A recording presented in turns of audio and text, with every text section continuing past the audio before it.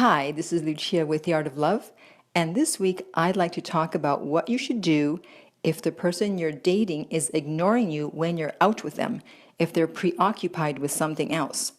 And I got this idea because I saw something online, and I'm going to read a piece of it to you. This is from a woman, and she said that one more thing, he plays video games. We did have a disagreement about that. He said I was trying to change and control him because I said it was rude to play when I'm visiting because he's gaming online, talking to a bunch of his online friends via headset, and it completely excludes me. He says it's a big part of his life and he enjoys it. So they ended up having a fight about this, and I think they broke up for a while. So all that drama isn't necessary.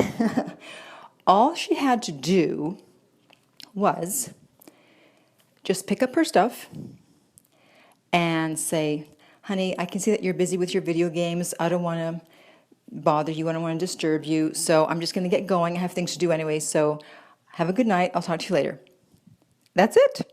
And you have to do it with no anger or no sarcasm. Like, well, I can see you're busy, so I'm just going to leave. No, it's like you're being so nice. You're doing them a favor. Meanwhile, you're basically saying to them that, hey, if you're going to ignore me, I'm out of here. That's what you're basically saying, but in a nice way. And so then, if they're serious about you, or if they care about you more than their video game or whatever else they're doing, then they will go, no, I can stop this video game now. It's okay. It's not a problem.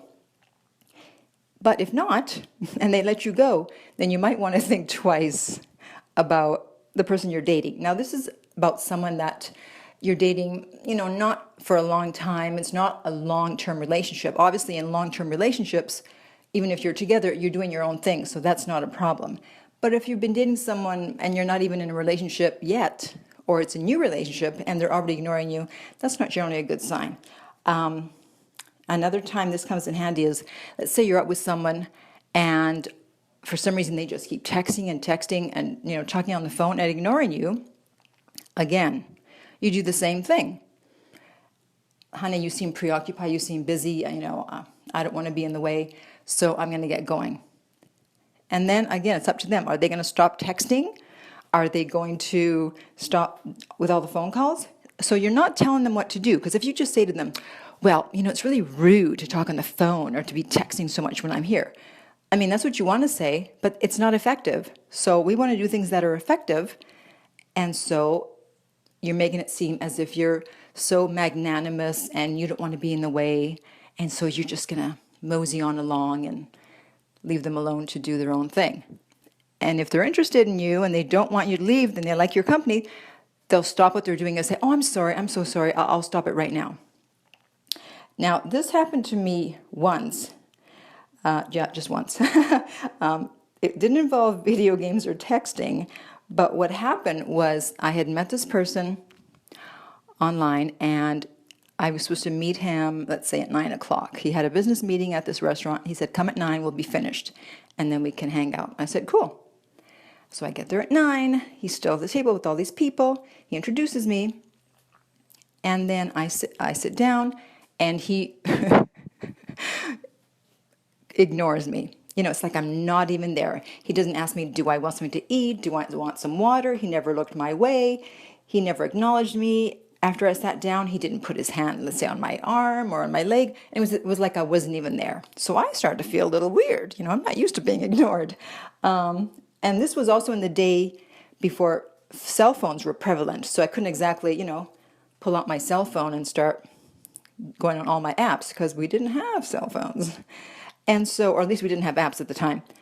And so after about 10 minutes or so, I said, excuse me, I have to get something from the car. And I proceeded to go home. And of course, he called me later, like, why did you leave? What was that? Anyways, the funny part of the story is that years later, I saw this guy on, I think it was either 2020 or Dateline, and he was a con man, and he had conned a bunch of women. But this time, I conned him. Hey. So, this is really one of those cases where actions speak louder than words. Telling someone that they're being rude, you're being rude playing video games while I'm here, you're being rude by texting and talking on the phone while I'm here, you're just going to get into a fight. It's not going to work. So you just remove yourself from the situation. Instead of saying anything, you show through your actions that you're not going to put up with that type of behavior, and you're not trying to control them, so you're not telling them to stop it, so they can't accuse you of anything. They can't accuse you of anything because you're not doing anything. You're just saying, hey, you're busy, so I'm just going to go. And you're not doing it with sarcasm or anger, right? Remember, that's the key to this. And so try that out and let me know how it works for you. If you have any questions or comments about this, or if you're interested in private coaching, you can contact me at my website, theartoflove.net, and be sure to use the contact form at theartoflove.net. Otherwise, if you just send me an email, it may go into the spam folder and then I'll never see it. And if you're listening to this on iTunes, I would appreciate if you could please rate and review the podcast. And finally, remember that love inspires, empowers, uplifts, and enlightens.